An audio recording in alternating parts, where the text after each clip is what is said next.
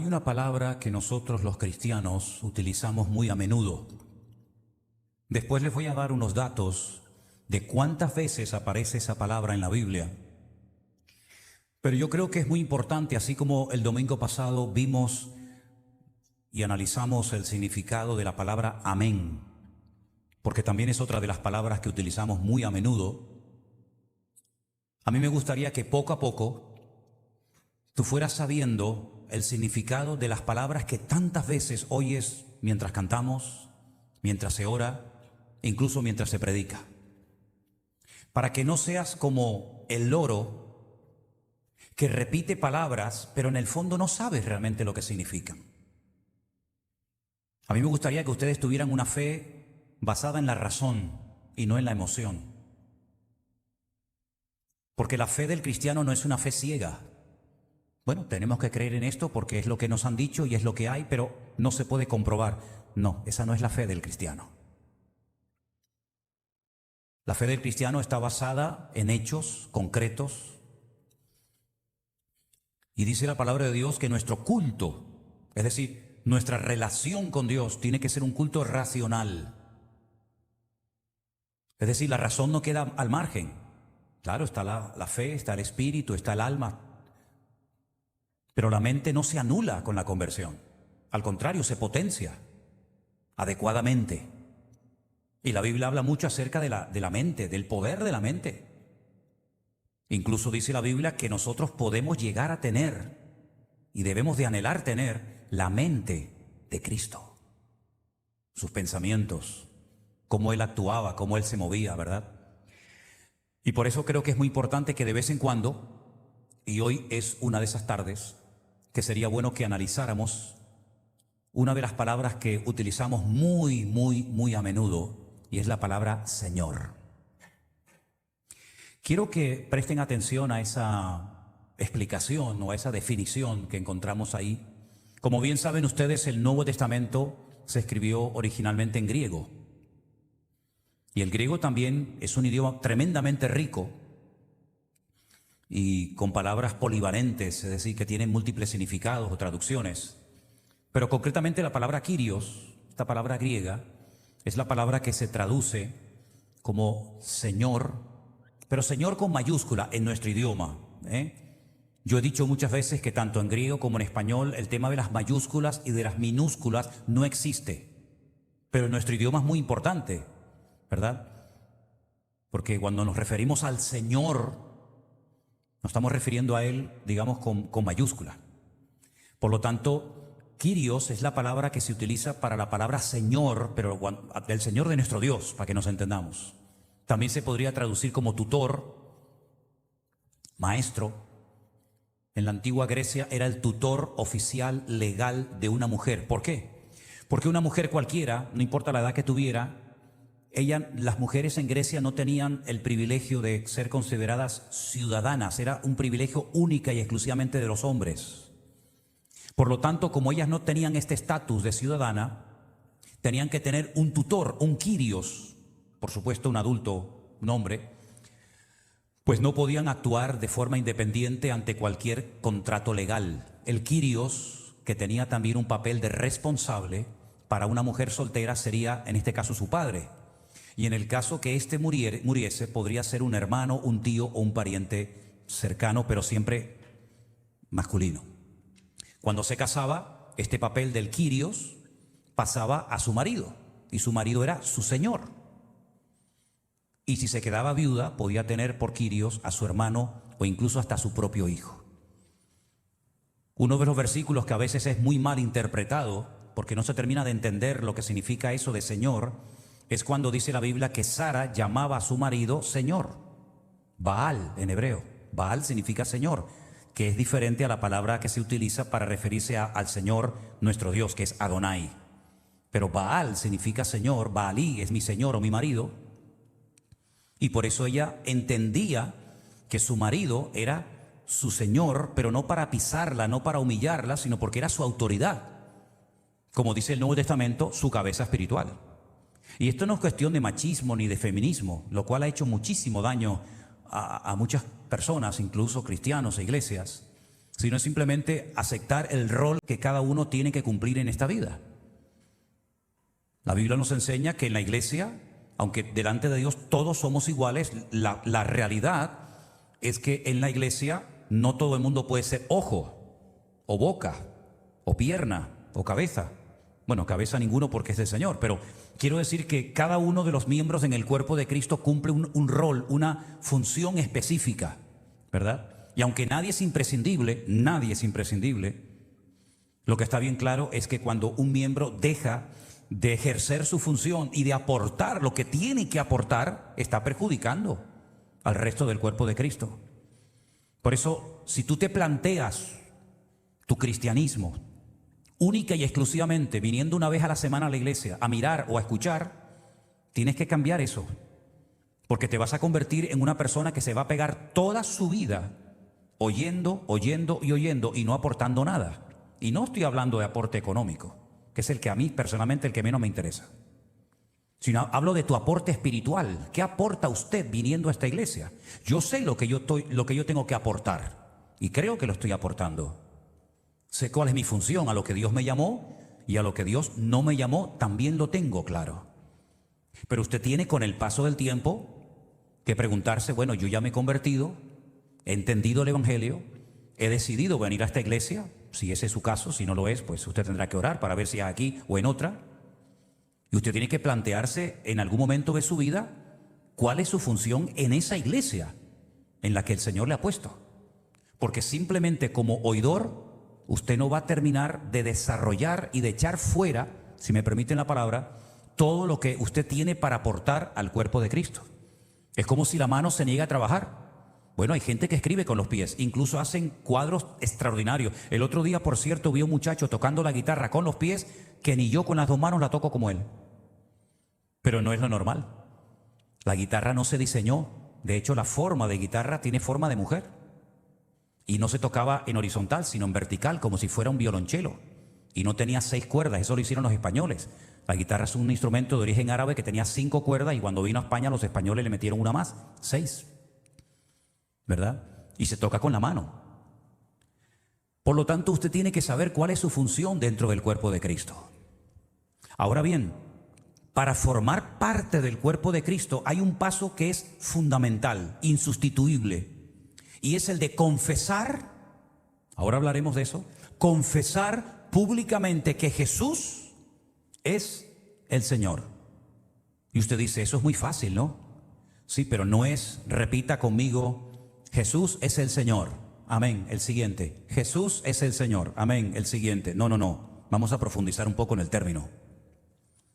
¿A quién se le llamaba en la época del Imperio Romano Kyrios o Señor? Únicamente al César de Roma y a las divinidades que éste adoraba. Ese título no se le podía dar absolutamente a nadie. No había ningún sacerdote, ningún rabino, nadie en el mundo que pudiera osar atreverse a llamarse Kyrios, máxima autoridad, maestro, señor, sino, repito, era única y exclusivamente para el César de Roma, que en cierto sentido era como el dueño de todas las almas, el dueño de todas las personas. Fíjense hasta qué punto llegaba esta gente en esa egolatría, en ese afán de querer ser adorado, admirado, etcétera, que hasta sus caras, sus rostros, las acuñaban en las monedas. Y ellos consideraban que toda moneda que llevara su cara, su rostro, era de él. Si no, es que yo tengo moneda. No, usted no tiene monedas. Esas monedas son mías porque tienen mi rostro. Y ese era el origen realmente. El propietario era el que acuñaba su rostro en la moneda. Y ellos eran los únicos que podían ser adorados, reverenciados con ese título de Kyrios. Ahora, la primera vez que se tradujo la Biblia a otro idioma fue en Alejandría. Un descendiente de los seleucidas, cuando se dividió el imperio de Grecia, uno de ellos decidió tener en esa biblioteca mundialmente conocida un ejemplar de las leyes de los judíos. Porque ellos se dieron cuenta de que las leyes de los hombres, de los gobiernos, cambiaban. Ahora se permitía una cosa, en la siguiente generación se prohibía. Eran leyes cambiantes. pero ellos se dieron cuenta de que había un pueblo sobre la faz de la tierra que sus leyes siempre eran iguales. Da igual en la época en la que se leyeran o se estudiaran, las leyes de este pueblo por cierto diferente, siempre eran las mismas, y ellos querían saber qué leyes eran esas y por qué eran leyes inmutables, que no caducaban, que no pasaban, digamos, a la posteridad, sino que se mantenían generación tras generación. Y eso fue el motivo por el cual mandaron a ir a Alejandría a más de 70. Pasa que se redondea el número, pero realmente eran más de 70 ancianos o sabios o intérpretes de la ley, y los metieron en 70 salas diferentes para que no se copiaran el uno al otro. Y después de un tiempo cada uno tenía que presentar la copia entera, la traducción entera de todo el Antiguo Testamento, desde Génesis hasta el último libro de la Biblia, que aunque en nuestra Biblia es el libro de Malaquías, en la Biblia en hebreo es Segunda de Crónicas, ¿vale? Ya lo expliqué en su día por qué. Y esa fue la primera vez que se tradujo la Biblia a otro idioma, al griego, y esa se conoce como la Biblia de la Septuaginta, que era la que utilizaban en la época de Jesús, porque ya muchos no sabían leer el hebreo y leían la Biblia en el griego.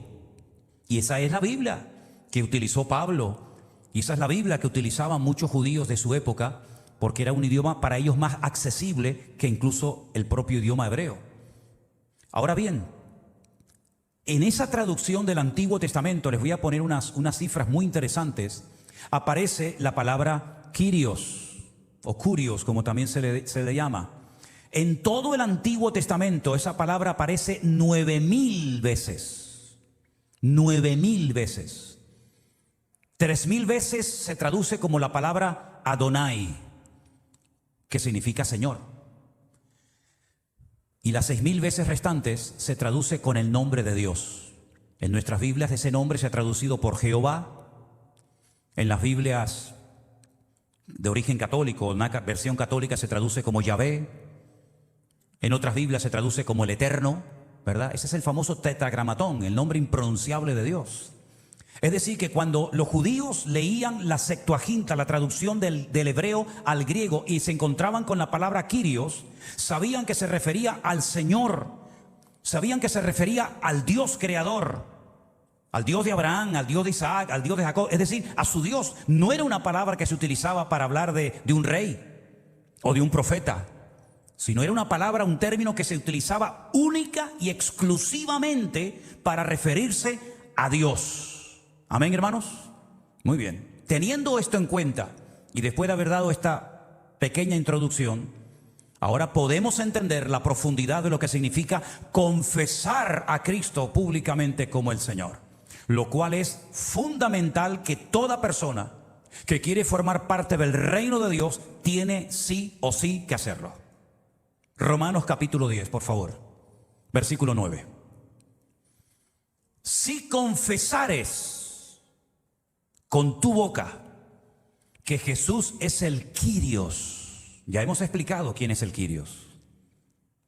Si tú confiesas con tu boca que Jesús es el Adonai del Antiguo Testamento, el Yahvé del Antiguo Testamento, si tú confiesas que Él es ese y lo crees en tu corazón, que Dios le levantó de los muertos, serás salvo.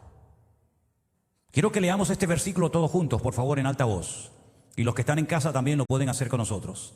Si confesares con tu boca que Jesús es el Señor y creyeres en tu corazón que Dios le levantó de los muertos, serás salvo. No es simplemente venir a la iglesia. Hay gente que viene a la iglesia y no son salvos. Hay hijos de creyentes que se han criado en la iglesia. A lo mejor su madre lo trajo desde su propio vientre y asistieron a la escuela dominical de niños y fueron a lo mejor a algún campamento. O suelen venir regularmente al culto de jóvenes y no son salvos. Hay incluso hijos de pastores que se criaron en el evangelio que no son salvos. Hay personas que puede ser que lleven toda la vida en la iglesia y no son salvos. Porque la salvación no viene por asistir a esta o a cualquier otra iglesia cristiana o evangélica o de la denominación que sea. La salvación no se obtiene así. La salvación no se obtiene cuando uno se bautiza. Dice, bueno, yo me quiero bautizar. Y seguramente más de uno se habrá bautizado y a lo mejor ni en el fondo sabía lo que estaba haciendo, lo que significaba. Y a lo mejor no era ni convertido. Salvo, ¿no? Que es lo mismo. Luego esto es un asunto muy serio. Porque la salvación de tu alma o tu condenación eterna depende de esto. Así que pregúntate, ¿tú has confesado públicamente con tu boca, no con tus pensamientos? No así que nadie se entere. No, confesar, declarar, hablar en alta voz que Jesús es Dios. Porque Kyrios era la palabra que se utilizaba para hacer referencia a Dios, a Adonai, a Yahvé, a Yahweh, a Jehová, al Eterno. ¿Tú crees que Jesús es ese? ¿Lo crees en tu corazón? ¿Lo confiesas con tu boca? Entonces eres salvo. Si no lo crees y si no lo confiesas, tú no eres salvo. Eres simpatizante. Y hay gente que viene a la iglesia porque a lo mejor ven un buen ambiente, ¿no? Para los hijos, o dice, bueno, vámonos a la iglesia. Pero que usted no tiene que venir a la iglesia de excursión. Usted no tiene que venir aquí a la iglesia para verme a mí. Usted no tiene que venir a la iglesia porque quiere un ambiente sano para sus hijos o para usted o para su matrimonio. Y entonces, bueno, aquí como hay un ambiente sano y buena gente. No, pero es que la iglesia no se creó para eso. La iglesia no es un club. La iglesia no es una sociedad donde venimos una serie de socios que nos llevamos bien, nos conocemos, ¿verdad? Hacemos alguna comilona de vez en cuando, hacemos alguna excursión, un partido de fútbol, jugamos o nos entretenemos, cantamos algunas canciones. No, es que la iglesia no es eso. Para eso están otras asociaciones. Por ahí está, creo que la Casa de Venezuela, la Casa de Galicia, ¿verdad? Pero la iglesia no se creó para eso. La iglesia es un hospital. Sí. Un hospital donde viene la gente con el COVID del alma. El COVID del alma que mata igual que el COVID el otro. La iglesia se creó para cambiar. En la iglesia a veces se tiene que llorar más de lo que se tiene que reír. Y yo a veces he visto culto, no soy muy partidario de eso, ni veo muchas de esas cosas porque no tengo tiempo para perder el tiempo en eso. Pero a veces veo iglesias que parecen circos, donde la gente va a reírse. Y la iglesia muchas veces lo que se tiene que llorar más. Reír también. Pero si el objetivo de la iglesia es pasarlo bien y pasar una tarde entretenida y reírme y decir, ay, qué bien, traje a mis amigos y salieron contentos, yo me preguntaría mucho si eso es una iglesia o vete tú a saber lo que eso es. Confesar a Jesús como la máxima autoridad. Confesar a Jesús como mi Señor, como mi cabeza. Mi salvación depende de eso. Hay otro versículo muy interesante en Filipenses capítulo 2, del 9 en adelante, hace referencia a esto que estamos hablando. Por lo cual Dios también le exaltó hasta lo sumo. Está hablando acerca de la humillación y exaltación de Cristo. Y dice que como Él se humilló y se hizo obediente hasta la muerte y muerte de cruz, el Padre, el Dios lo exaltó, lo elevó hasta lo sumo. Y le dio un nombre que es sobre todo nombre. Para que en el nombre de Jesús, de Yeshua, toda rodilla se doble de los que están en los cielos, en la tierra y debajo de la tierra, que también hay gente allí. Y toda lengua confiese que Jesucristo es el Kyrios, el Señor, para gloria de Dios Padre. Los dos versículos, si se dan cuenta, van en una misma línea.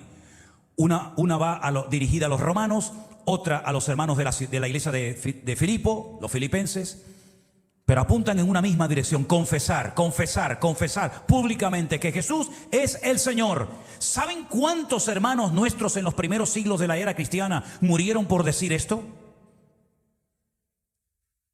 Porque a nadie se le podía llamar Kyrios, Señor, sino al César. Y ellos decían, no, César no es Kyrios, César no es nuestro Señor es Jesucristo. ¿Saben cuántos murieron por confesar que Cristo era el Señor y por no querer admitir y reconocer públicamente que el César no era el Señor de sus vidas? Miles de hermanos nuestros murieron por eso, que algunos a lo mejor se toman tan a la ligera. Bueno, tampoco es tan importante eso de confesar a Cristo, ¿no? ¿Que no es importante? Mire, le voy a hacer un pequeño recorrido por algunos pasajes de la Biblia para que usted se dé cuenta lo importante que es confesar a Cristo. Su salvación depende de si usted hace o no en vida esta confesión antes de que usted se muera. Su salvación depende de eso, no de cuánto dinero usted tiene, que a mí no me interesa si tiene mucho o poco, de cuántos títulos universitarios usted haya conseguido a lo largo de su vida, de cuánta experiencia tenga. Eso no sirve para nada, delante de Dios no sirve para nada. Todo su currículum, de lo cual usted tal vez presume y lo presenta en las empresas para que lo reconozcan delante de Dios, eso es basura, no vale para nada. Créame, no vale para nada. Yo he utilizado la palabra basura por ser diplomático, pero si utilizara la palabra bíblica, saldrían todos corriendo escandalizados. porque el hebreo es un idioma muy claro, muy directo y muy contundente, y la palabra es fortísima, que yo no la voy a pronunciar. El mismo apóstol Pablo dice que para él su currículum, fariseo de fariseos, escriba, doctor de la ley, maestro de maestro, de la tribu de Benjamín, dice, para él todo eso es basura. Pero estudie la Biblia antigua, la primera que se escribió en español, para que vea qué palabra aparece, y se va a quedar escandalizado. Pero es que es la verdadera, la que tiene que ponerse. Pero es muy fuerte. Así que su salvación depende de si confiesa o no, hoy o a lo largo de su vida, que Cristo es el Señor. Pero fíjese, no solamente en esta vida es importante confesar a Jesús, sino que en Mateo 10:32, palabras de Cristo, preste atención porque son muy interesantes. Jesús dijo, a cualquiera pues que me confiese delante de los hombres, ¿qué va a pasar? Yo también le confesaré delante de mi Padre que está en los cielos. Esto es muy fácil. Ponga el versículo al revés, por si no lo entienda derecho. A cualquiera que no me confesare delante de los hombres, yo también le negaré o no le confesaré delante de mi Padre que está en los cielos. Eso quiere decir que algún día usted y yo y todos los seres humanos nos tendremos que presentar delante de la presencia de Dios. ¿Cuántos lo creen? No, es que yo no creo en eso. Da igual. Aunque usted no crea, es lo que hay. Es que a mí no me gusta. Es que da igual. Es que Dios no depende de tus gustos para ser Dios o para tomar decisiones. Es que Dios no depende de lo que se decida en un cónclave o en una reunión administrativa de la denominación esta o aquella. Es que Dios no depende de eso. Dios ha dicho, si ustedes me confiesan delante de los hombres y no se avergüenzan de mí, si se atreven a decir públicamente, tú eres Dios. ¿Qué eso significa? Señor, Kyrios. Si tú no te avergüenzas de decir eso delante de tu padre, en el colegio, en la universidad, a tus compañeros de trabajo, etcétera, etcétera, cuando tú te presentes en la otra vida delante de mí, yo te confesaré y le diré a mi padre, Padre, déjalo entrar, porque él me confesó en la tierra y yo lo confieso delante de ti. Así que, ¿qué te parece? Así que lo que estamos no es para tomárselo a la ligera, no es una broma, está en juego tu destino eterno, la salvación o la condenación eterna de tu alma. El que tú confieses o no a Cristo marca la diferencia entre que te quedes o te vayas cuando el Señor arrebata a su amada iglesia en las nubes. ¿Tú sabías que Cristo va a arrebatar a su amada iglesia? ¿Tú sabías eso? Ya lo puedes quitar si quieres. Dice la Biblia que los que están en el polvo, los que están durmiendo, serán despertados. Y luego nosotros, los que vivimos, seremos arrebatados juntamente con ellos en las nubes para recibir al Señor en el aire. ¿A quiénes levanta el Señor? ¿A quiénes arrebata? ¿A quiénes lleva al Señor? A los que confesaron que Él era el Kyrios. Y a los que no lo hicieron, se quedan. Por eso dice la Biblia en Mateo 24, 2 estarán durmiendo en una cama. ¿De qué habla ahí? ¿De una relación de adulterio? No, habla de un matrimonio. No va a poner ejemplos antibíblicos, no es coherente. Habla de una relación. Pero no dice la Biblia, cree en el Señor Jesucristo y serás salvo tú y tu casa. Es que eso no es una promesa, mijo. Eso es una profecía que Pablo le dio a un señor que se comprobó esa noche porque se convirtió el carcelero de Filipo y toda su casa. Pero eso no es una promesa. ¿Y cómo no es una promesa? 2 estarán en una cama, es decir, el marido y la mujer. Uno será tomado y el otro se queda. Pero si ella era convertida, ¿por qué se queda él? Porque él no confesó nunca a Cristo como su Señor y Salvador personal. Por eso se quedó. O viceversa, se fue él y se quedó ella. Entonces no es que como mi mujer tiene una fe tremenda, pues ya quiere decir que ya mi marido y mis hijos nos vamos con el Señor. Yo no sé si te enseñaron a ti eso, pero eso no es bíblico. La salvación no se transmite. La salvación es personal e intransferible. Tú no te puedes convertir por 4 o 5 miembros de tu familia. Hay sectas como por ejemplo los mormones que dicen, bueno, como los que se murieron no eran mormones, nos bautizamos por ellos y se salvan, aunque se condenaron porque no eran de nuestra secta o de nuestra religión. Es que tampoco es bíblico.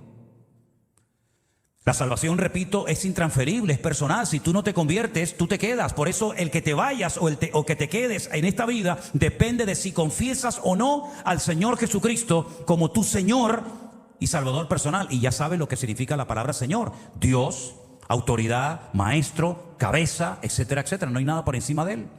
Pero bueno, habrá otras maneras, preguntarán algunos. Habrá otras formas. Bueno, vamos a ver qué nos dice la Biblia. Hechos capítulo 4, versículo 12. A ver si esa pregunta tiene respuesta, que sí la tiene, mírala. En ningún otro hay salvación. Pero esto descarta muchas religiones, claro, millones. En ningún otro hay salvación, porque no hay otro nombre bajo el cielo, no hay, no lo busque porque no lo va a encontrar. No hay otro nombre bajo el cielo dado a los hombres en el que podamos ser salvos. No lo hay. Ay, pero es que yo pensaba que si yo me comportaba bien y si yo iba por aquí o hacía las cosas bien según mi religión, bueno, eso es lo que usted pensaba. Pero te vuelvo a decir, es que hay mucha gente que la han engañado. Y yo creo que una de las funciones principales por las cuales Dios me puso aquí y delante de esas cámaras, ¿saben para qué? Es para sacar a millones y a millones de personas de las mentiras que les han metido en la cabeza. Y gracias a Dios, miles de personas se están convirtiendo en estos últimos tiempos para la gloria de Dios. Y dicen textualmente: gracias a Dios por la palabra, pastor. Gracias a Dios porque han caído las escamas de mis ojos. Porque es tiempo de que se te hable claro el evangelio. No hay otro nombre. No lo hay. Pero hay otro versículo aún más fuerte que este. Primera de Timoteo 2:5. Porque hay un solo mediador. Hay un solo Dios y un solo mediador entre Dios y los hombres. ¿Y cómo se llama ese mediador? Ese intercesor. Ay, pero no era María. No. Pero es que a mí me enseñaron, y a mí también. Y a mí también me lo enseñaron. ¿Pero quién te lo enseñó? ¿Dios o los hombres? Los hombres, ¿verdad? Solamente hay un Dios. Y ahí creo que la mayoría estamos de acuerdo. Pero en lo que muchos no están de acuerdo es en eso de que hay un solo mediador entre Dios y los hombres. Y se llama Jesucristo, hombre. Así que no hay otro nombre, no hay otro mediador. Y la única forma de ser salvos y no quedarnos en esta vida y perder nuestra vida, nuestra alma eternamente y para siempre, es confesando públicamente que Él es el Señor para gloria de Dios Padre. ¿Cuántos dicen amén? Si prestaron atención a la lectura de esta tarde, en Apocalipsis capítulo 5, es tremendo este capítulo. Yo le pedí a Rafael que lo leyera entero. Antes de comenzar el culto le dije, bueno, es que es un capítulo muy largo, pero claro, me daba pena cortarlo, porque es que es un capítulo extraordinario, porque aquí surge un dilema, aquí surge una pregunta, y vamos a leer a partir del versículo 1. Y vi en la mano derecha del que estaba sentado en el trono un libro escrito por dentro y por fuera, sellado con 7 sellos. Y vi a un ángel fuerte que pregonaba a gran voz: ¿quién es digno de abrir el libro y de desatar sus sellos? Todo esto está pasando en la otra vida, allí, en esa dimensión diferente a la nuestra. Un libro que está escrito por dentro y por fuera, nadie lo puede mirar, nadie lo puede leer, ¿verdad? La pregunta recorre el cielo: ¿quién es digno de abrir este libro, de desatar sus sellos? Y la respuesta es tremenda: ninguno, ni en el cielo, ni en el cielo, ni en la tierra, ni debajo de la tierra, podía abrir el libro, ni aún mirarlo. Y mira que hay gente en el cielo. Está Pablo, está José, está María. ¿Quién más? Está Abraham. ¿Quién más? Moisés, Jacob, José, Noé. Miles, millones. Pero dice que no había ni uno digno de abrir el libro ni aún mirarlo. Y entonces dice: yo lloraba mucho porque no se había hallado a ninguno digno de abrir el libro, ni de leerlo, ni de mirarlo. Y uno de los ancianos me dijo: no llores, no llores. Mira los títulos que vienen ahora. He aquí el león de la tribu de Judá, la raíz de David, ha vencido para abrir el libro y desatar sus 7 sellos. ¿Cuántos dicen por favor un fuerte amén? Gloria a Dios. Ese era el único digno de poder abrirlo, leerlo, mirarlo, compartirlo, el único. Y miré y vi que en medio del trono de los 4 seres vivientes, en medio de los ancianos, estaba en pie un cordero como inmolado, que tenía 7 cuernos, 7 ojos, los cuales son los 7 espíritus de Dios enviados por toda la tierra. Y vino y tomó el libro de la mano derecha del que estaba sentado en el trono. Y cuando hubo tomado el libro, los 4 seres vivientes, los 24 ancianos, se postraron delante del cordero. Se postraron delante del cordero. Es interesante notar que cuando Pedro va a la casa de Cornelio, el centurión romano, y se postra y le dice, no, no te postres, adora a Dios. Pero ahora el Cordero, ¿quién es el Cordero? El Mesías, el Señor Jesucristo. Se postran delante de Él los 4 seres vivientes, los 24 ancianos. ¿Quiénes son estos 24 ancianos? Pues 12 representantes de cada una de las tribus de Israel y los 12 apóstoles del Cordero, en total 24. Todos se postran delante de Él. Todos tenían arpas y copas llenas de oro, de incienso, que son las oraciones de los santos. Cantaban un cántico nuevo diciendo, digno eres de tomar el libro y de abrir sus sellos, porque tú fuiste inmolado y con tu sangre nos has redimido para Dios de todo linaje, lengua, pueblo y nación, y nos has hecho para nuestro Dios reyes y sacerdotes, y reinaremos sobre la tierra. Y miré y oí la voz de muchos ángeles alrededor del trono y de los seres vivientes y de los ancianos. Su número era millones de millones, que decían a gran voz, escuche, el Cordero que fue inmolado es digno de tomar el poder, las riquezas, la sabiduría, la fortaleza, la honra, la gloria y la alabanza. Pero ¿quién es este Cordero? ¿Quién es este personaje que es digno de recibir toda la gloria, la honra, la alabanza? ¿Quién es? Porque dice la Biblia, al Señor tu Dios adorarás y a Él solo servirás. Pero ahora me encuentro aquí que el Cordero que fue inmolado, que es digno de tomar el poder, la riqueza, la sabiduría, la fortaleza, la honra, la gloria y la alabanza. Entonces, ¿en qué quedamos? ¿Adoramos a Dios o adoramos a Jesús? ¿Y no será que son lo mismo? ¿Y no será que Jesús es Dios? Porque si no fuera Dios, esto sería idolatría. Estaríamos adorando a un hombre creyendo que es Dios. Pero esto es Biblia. Esto no es la teología de esta iglesia local. Esto es la palabra de Dios. Bautistas, pentecostales, metodistas, anglicanos, católicos. Todo ser humano que se acerque hoy a Apocalipsis capítulo 5 leerá lo mismo que yo estoy leyendo hoy aquí en este púlpito. Que el Cordero es el único digno de ser alabado, admirado, reconocido, honrado. Todo le pertenece a Él. Luego tiene que ser Dios, porque si no es Dios, estamos cometiendo el peor pecado, que es el de darle culto y honra y gloria a un hombre en vez de a nuestro Dios. Y todo lo creado que está en el cielo y sobre la tierra y debajo de la tierra y en el mar y todas las cosas que en ellos hay, oí decir al que está sentado en el trono y al Cordero sea la alabanza, la honra, la gloria, el poder por los siglos de los siglos. Amén. Los 4 seres vivientes decían amén. Y los 24 ancianos se postraron sobre su rostro y adoraron al que vive por los siglos de los siglos. Lo adoraron. No le dieron un aplauso diciendo, vamos a dar un aplauso para tenerlo contento. Gracias por lo que hiciste por nosotros en la cruz, pero quédate ahí. No, lo alabaron, lo adoraron, se postraron delante de Él. ¿Por qué? Porque Cristo es Kyrios, Él es el Señor, Él es el Dios eterno, el Verbo hecho carne. ¿Cuántos dicen amén? No puedo creer que nadie me diga amén con lo que estoy diciendo. No puedo creer que nadie dé un aplauso a Dios en esta tarde. Y me estoy esforzando para animarles. Y quiero verles animados. Quiero verles gozosos. Porque Él está aquí con nosotros en esta tarde. ¿Cuántos dicen amén? Gloria a Dios. Por favor, hermano, por favor. Que no hemos venido aquí con cara triste, no hemos venido a un funeral. Yo he venido a adorar a mi Dios, al que me cambió, al que me sanó y al que me echó los demonios que tenía en el cuerpo. Él está aquí conmigo en esta tarde. Él está aquí en esta iglesia con nosotros. Y no nos cueste nunca decir amén. No nos cueste nunca decir gloria a Dios. Es que yo me convertí en una iglesia, hermano. Yo me crié en una denominación que eso de dar aplauso y de decir gloria a Dios no se hacía, no era normal. Pues vaya acostumbrándose, mijo. Vaya acostumbrándose. Porque en el cielo estaremos todo el día dando aplausos, Y en el cielo estaremos todo el día diciendo gloria a Dios y aleluya y digno eres y santo y santo. Así que vaya practicando desde ahora. Porque estamos aquí para aprender. ¿Cuántos dicen amén? Al que no era capaz, al que no se atrevía, al que no quería, al que se negaba rotundamente a reconocer que el César de Roma era el Kyrios, le cortaban la cabeza directamente. Así de claro. ¿Se dan cuenta lo que significa confesar a Cristo?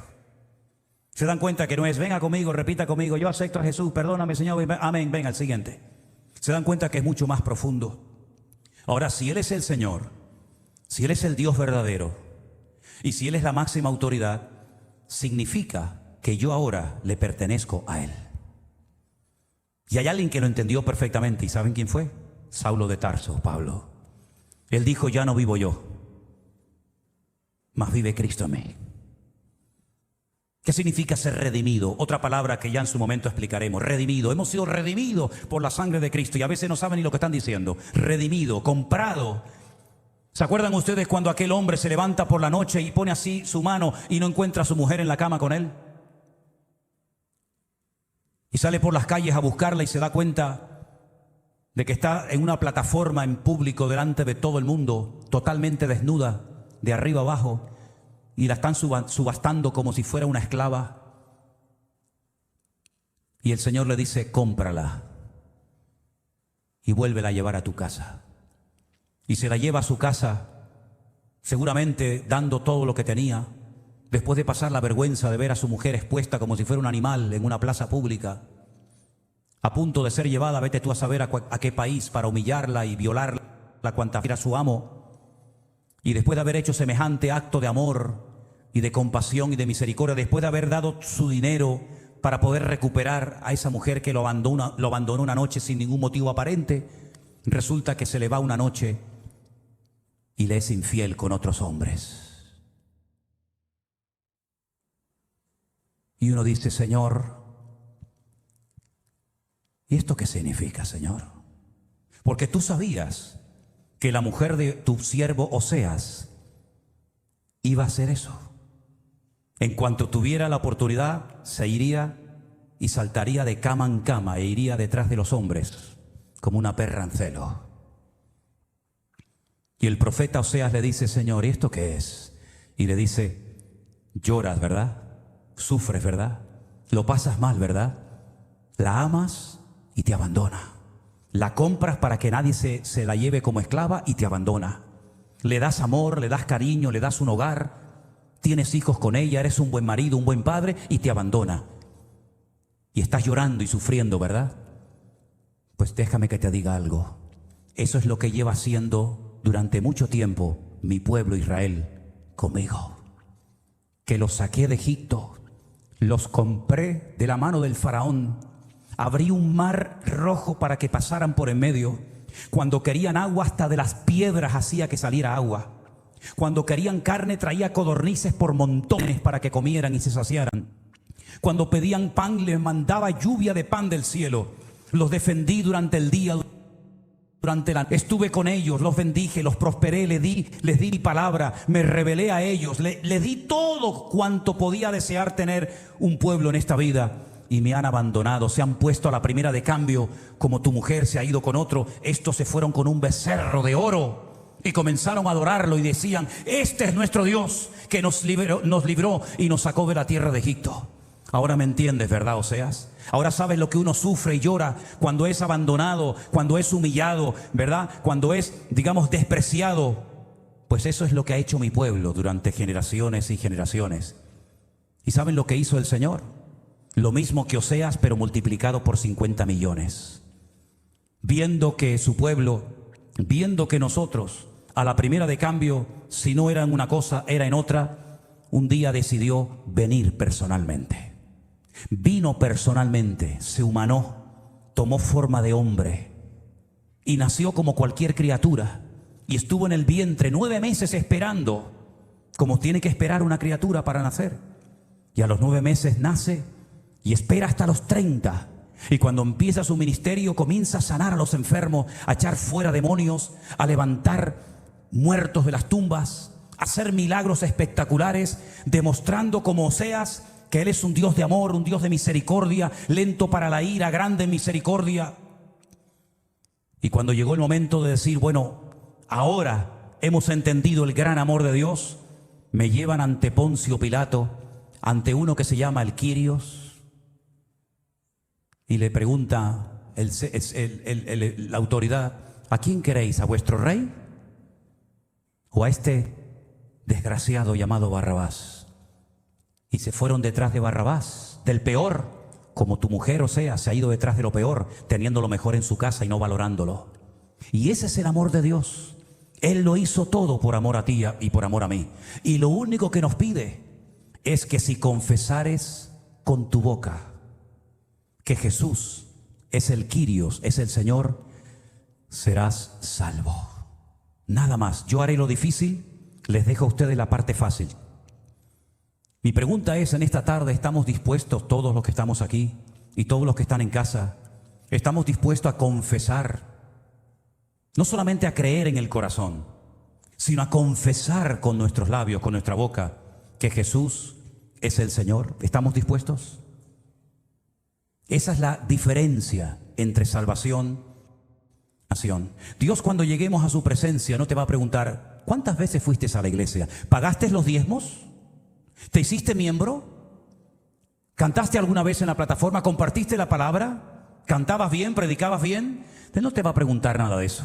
¿A qué denominación pertenecías mientras estuviste en la tierra? Él no te va a preguntar nada de eso.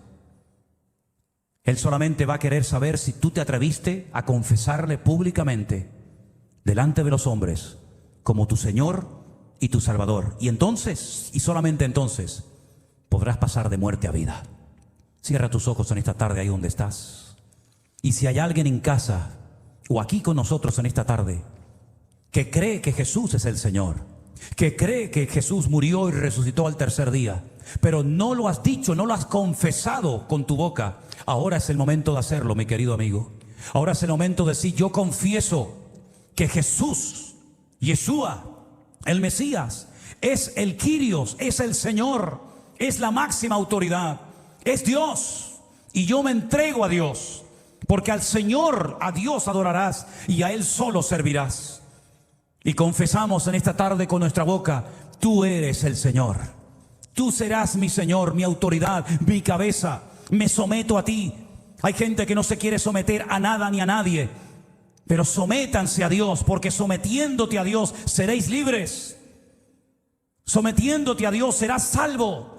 Sometiéndote a Dios serás feliz y tendrás lleno tu corazón y nunca más te sentirás vacío, ni desorientado, ni con una insatisfacción constante y permanente. Si confiesas hoy que Jesús es el Señor, podrás pasar de muerte a vida y todos tus pecados serán perdonados y serás parte de la familia, de la gran familia y maravillosa familia de Dios. Él te protegerá, Él te cuidará, Él estará contigo todos los días hasta el fin del mundo. Pero haz hoy esta sabia decisión. Confiésalo, confiésalo ahora. Di ahí donde estás: confieso que Jesús es el Señor. Confieso que tú eres mi autoridad. No hay rey, no hay gobernante, no hay hombre, no hay nadie digno como tú, Señor.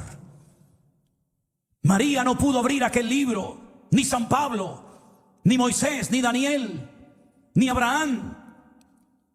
Solamente hay uno digno de abrir y de desatar aquel libro, y es el Cordero de Dios que quita el pecado del mundo, el león de la tribu de Judá, la raíz de David, el Verbo hecho carne. Eso es entender el Evangelio. Eso es entender la palabra. Eso es entender el plan eterno de la redención de Dios para la humanidad. Confesar que Cristo es el Señor. Y ese es el motivo por el cual todavía Él no ha venido. No porque retarde su promesa, según algunos la tienen por tardanza, sino que es paciente, paciente contigo, para que digas hoy conmigo: Cristo es el Señor. Cristo es mi Señor y mi Salvador. Es